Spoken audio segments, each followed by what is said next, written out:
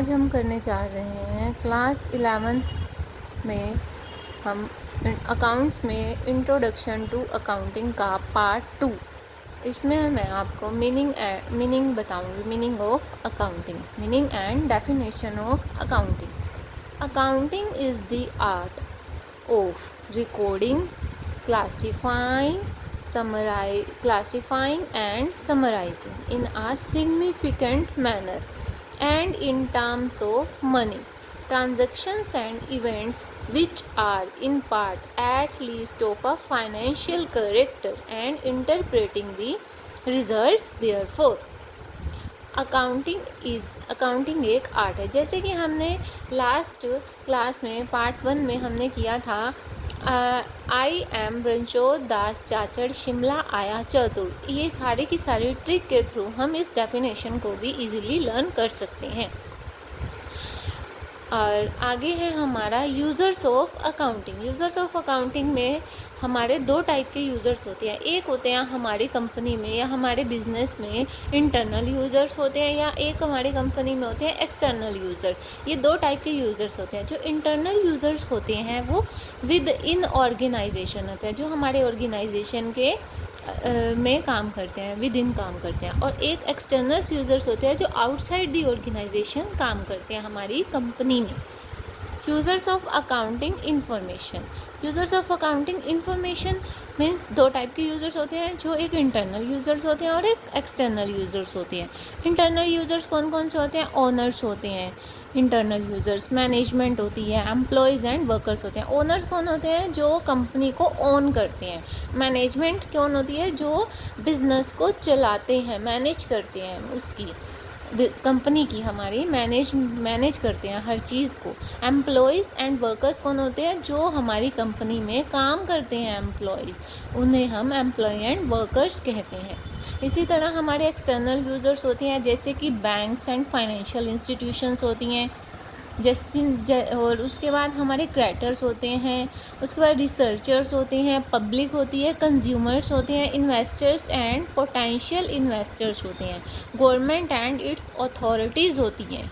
External users होते हैं, इसमें बैंक एंड फाइनेंशियल इंस्टीट्यूशन जो है वो ये होती है, जैसे कि जब हम कोई कंपनी स्टार्ट करते हैं तो बैंक हमें लोन देता है, ठीक है, और फिर वो जो बैंक होता है वो थोड़े थोड़े टाइम बाद कंपनी की पोजीशन को देखता रहता है कि कंपनी में प्रॉफिट हो रहा है या लॉस हो रहा है, कि ये कंपनी कैपेबल है जो इसने मेरे से लोन लिया है उसको ये बाद में मुझे फुलफ़िल कर देगी या नहीं। इसीलिए ये धीरे धीरे ये इसको हर थोड़े टाइम तक इनको देखते रहते हैं कंपनी में क्या चल रहा है वहाँ पे। और क्रेडिटर्स होते हैं उधार पर सामान जिनसे हमने लिया है, वो हमारे क्रेडिटर्स होते हैं। रिसर्चर्स जो हमारी कंपनी के लिए रिसर्च करते हैं। पब्लिक होती है जो उसमें इन्वेस्ट करती है, पब्लिक होती है। और कंज्यूमर्स होते हैं उपभोक्ता, जैसे हम कोई सामान खरीदते हैं तो हम उसके कंज्यूमर बन जाते हैं। Investors and potential investors. जो इन्वेस्टर्स होते हैं, इन्वेस्टर्स का मतलब होता है जो हमारी कंपनी में पैसा डाल चुके हैं। और जो पोटेंशियल इन्वेस्टर मतलब होता है उसका जो अभी हमारी कंपनी में पैसा डालने के लिए सोच रहे हैं, वो हमारे पोटेंशियल इन्वेस्टर्स होते हैं। और ये वाला जो क्वेश्चन है ये काफ़ी इम्पोर्टेंट है, इसको इस टाइप से पूछा जाएगा, यूज़र्स क्यों इंटरेस्टेड हैं हमारी कंपनी में? Government and it's authorities. अब नेक्स्ट है हमारे इंटरनल यूज़र्स ओनर्स। जो ओनर्स होते हैं इंटरनल यूज़र्स में हमारे कौन कौन से आते हैं? जो हमारे विद इन ऑर्गेनाइजेशन काम करते हैं, उनमें हमारे नंबर 1 पे आते हैं ओनर्स। ओनर्स क्या करते हैं? कंट्रीब्यूट करते हैं जो कैपिटल में, जो जैसे कि जब हम कोई कंपनी स्टार्ट करते हैं उसमें जो लोग पैसा कंट्रीब्यूट करते हैं वो हमारे ओनर्स होते हैं। Exposed to max risk, interested in knowing profit and loss. जो भी हमारे जैसे कि जो हमारी कंपनी में अपनी कैपिटल लगाएगा और जो उस कंपनी के ओनर्स होंगे वो उस वो यह जानने के लिए काफ़ी इंटरेस्टेड रहते हैं कि कंपनी में प्रॉफिट हो रहा है या लॉस हो रहा है। मैनेजमेंट क्या करती है? मैनेजमेंट डिसीजन मेकिंग करती है। जैसे कि मैनेजमेंट डिटरमाइन करती है हमारी कंपनी में सेलिंग प्राइस क्या होगा, कॉस्ट कितनी आ रही है, इन्वेस्टमेंट कैसे करनी है, हर चीज़ को ये हमारी सारी चीज़ें जो है ये मैनेजमेंट संभालती है।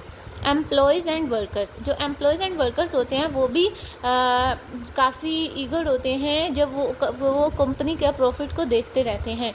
जैसे कि वो ये चाहते हैं कि हमें बोनस भी मिले और हमारा प्रॉफिट हमें मिलता रहे, और डिपॉजिट ईपीएफ और ESI entitled to bonus which is linked to profit deposit. External users कौन कौन से होते हैं? Banks and financial institution. Safety and recovery of loan provided. इसमें क्या करता है, जैसे कि जब हम कोई कंपनी को स्टार्ट करते हैं तो हम बैंक से लोन लेते हैं, तो बैंक हमें लोन देगा, और अगर हमने कोई बिज़नेस स्टार्ट किया जैसे कि, तो और वो ये श्योर करेगा कि बिज़नेस अच्छे से परफॉर्म कर रहा है कि नहीं कर रहा, हमारा लोन वापस मिलेगा कि नहीं, लोन सेफ़ है कि नहीं है। जिस कंपनी को हमने लोन दिया है बैंक ने, मीन्स वो यह देखता रहता है कि सेफली उसका लोन रिकवर होगा कि नहीं, इसीलिए ये safety and recovery of loan provided है।